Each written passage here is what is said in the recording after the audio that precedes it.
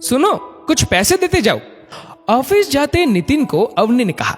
अवनी ने पैसे मांगे नहीं कि नितिन की भौहें तन गई। ऐसा क्या काम आ गया तुम्हें कि पैसे चाहिए?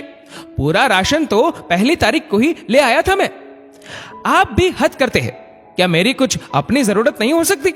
मेरी सहेली का आज जन्मदिन है। मेरे जन्मदिन पे उसने मुझे सुंदर सा तोहफा दिया था, तो क्या मेरा फर्ज नहीं बनता उसके जन्मदिन पे उसे कुछ दूं? देखो अवनी, ऐसी लेन देन की दोस्ती मुझे पसंद नहीं। तुम्हारे इन फालतू की पार्टियों और दोस्तों के लिए मेरे पास पैसे नहीं है। इतना कह नितिन ऑफिस के लिए निकल गया। आंखों में आंसू लिए अवनी खड़ी देखती रह गई। नितिन और अवनी की शादी 7 साल पहले हुई थी और अब उनका 5 साल का एक बेटा भी है।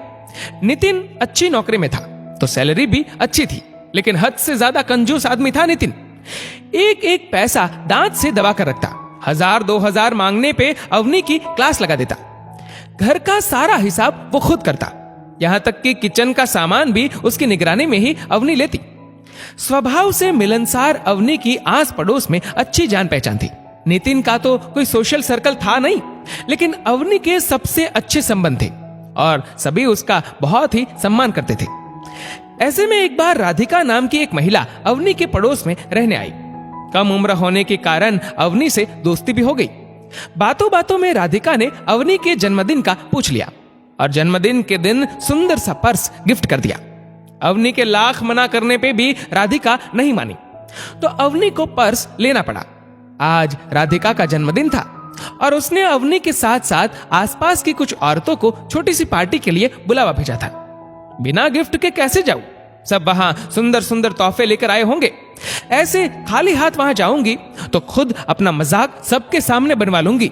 इससे अच्छा तो सर दर्द का बहाना बना मना कर देती हूं। मन ही मन विचार कर अवनी घर के कामों को निपटाने लगी। आंखें बार बार छलक उठती थी। बहुत दुखी मन से सारे काम निपटा पलंग पे लेट गई। इतने में राधिका आ गई। ये क्या दीदी, आप अभी तक तैयार नहीं हुई? भूल गई, आज मेरा जन्मदिन है। नहीं राधिका, मैं कैसे भूल सकती हूँ तुम्हारा जन्मदिन। बहुत बहुत बधाई तुमको। फिर चलो जल्दी से तैयार हो जाओ। आज नहीं राधिका, मेरे सर में दर्द है।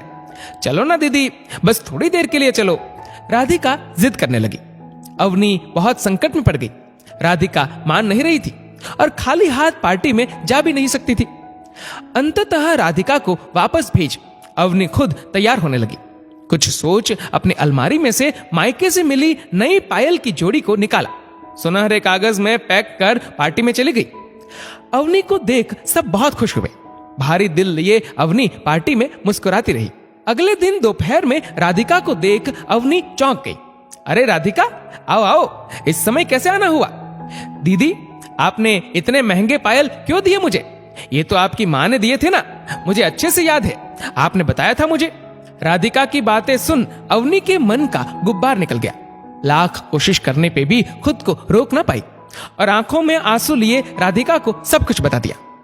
बस इतनी सी बात दीदी, मुझे तोहफा नहीं, आपका साथ और स्नेह चाहिए दीदी। और जहां तक बात नितिन भाई के स्वभाव की है, तो कुछ दोष आपका भी है। इतनी गुणी होकर भी आप उन पे इतनी निर्भर क्यों है? आपके हाथों में तो इतने गुण है, पूरी कॉलोनी में सबकी मदद करती हो, तो उसी गुण का इस्तेमाल खुद को आत्मनिर्भर बनाने में भी कीजिए दीदी, और फिर जैसे जी चाहे खर्च करना अपने पैसे। लेकिन कैसे राधिका? मैं एक संस्था को जानती हूं, वहां की अध्यक्ष मेरी दूर की रिश्तेदार है। उनसे बात कर मैं आपको उनसे मिलवाती हूं। आपकी काबिलियत के अनुसार वो आपको ऑर्डर देंगे अचार पापड़ के, और ऑर्डर के बदले आपको पैसे भी देंगे। सच राधिका? अवनी को अपने कानों पे विश्वास नहीं हो रहा था। हाँ दीदी, बिल्कुल सच। एक औरत तभी तक लाचार है जब तक वो आत्मनिर्भर नहीं है। नितिन भाई को आपके घर से काम करने में भी कोई आपत्ति भी नहीं होगी, और 2 पैसे आएंगे तो आप भी आत्मनिर्भर होंगे। फिर मुझे मेरे पसंद का तोहफा देना आप। लेकिन ये पायल आपकी माँ के प्रेम की निशानी है, इसे आप अपने पास रखिए।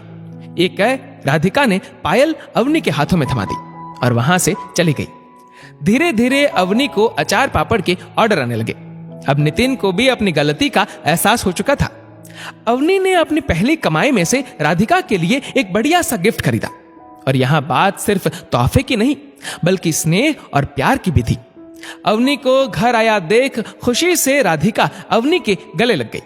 अवनी आज भी भावुक थी, लेकिन आज उसकी आंखों में आंसू नहीं, आत्मनिर्भर होने की चमक थी।